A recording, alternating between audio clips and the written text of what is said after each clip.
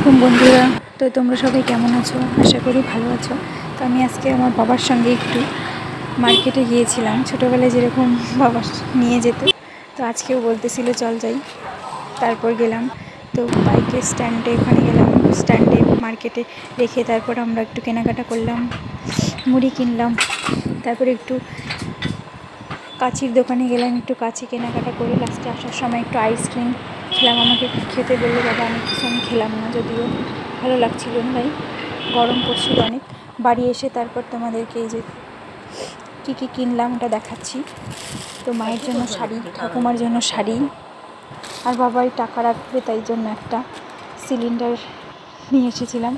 তারপর গ্রসারি কিছু আইটেম কেনা হয়েছিল, ছোলা, চিনি, তেঁতুল দেখেছিলাম তো তেঁতুল নিলাম, কলা নিলাম, মধু। তারপর একটু বেসিনটা পরিষ্কার করতেছিলাম। ঈদের আগে তো একটু ধোয়া মোছা করতেই হয়।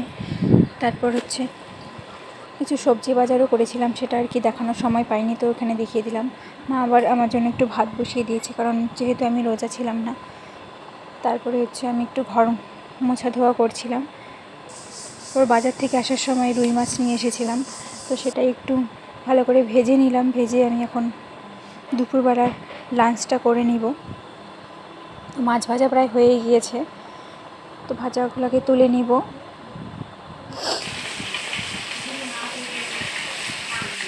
চলো দেখা যাক, লাঞ্চ থালিটা তোমাদের দেখিয়ে দেই।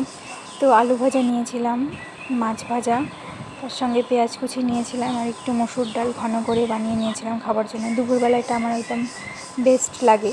তোমাদের কেমন লাগে জানিও সবাই কমেন্টে। তারপর লাস্টে সন্ধ্যাবেলায় আমি একটু স্প্রাইট খেয়েছিলাম। তো এখানেই ব্লগটা শেষ করছি। Tata, bye bye.